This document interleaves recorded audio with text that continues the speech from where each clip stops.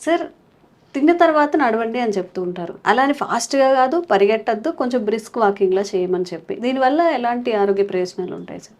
ఇది రాత్రి భోజనం తర్వాత వాకింగ్ అన్నది ఈ మధ్య కాలంలో ఒక ఇంటర్నెట్లో అంతర్జాలంలో ట్రెండింగ్ అయిపోయింది. హ్మ్.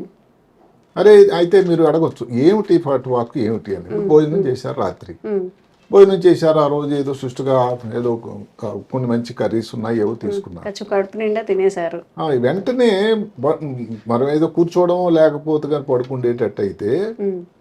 ఏదైతే ఇప్పుడు ఎక్కువ ఫైబర్ కానీ కార్బోహైడ్రేట్ కానీ ఉండే పదార్థాలు ఉండేసరికి దానివల్ల కొంత వాయువు లాంటి తయారవుతుంది, గాలి లాంటిది. అది బయటకు పోయే మార్గం లేదుగా. హ్మ్.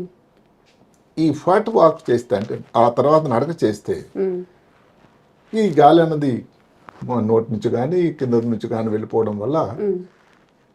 పేగులలో కదలిక బాగా అవుతుంది. ఓకే.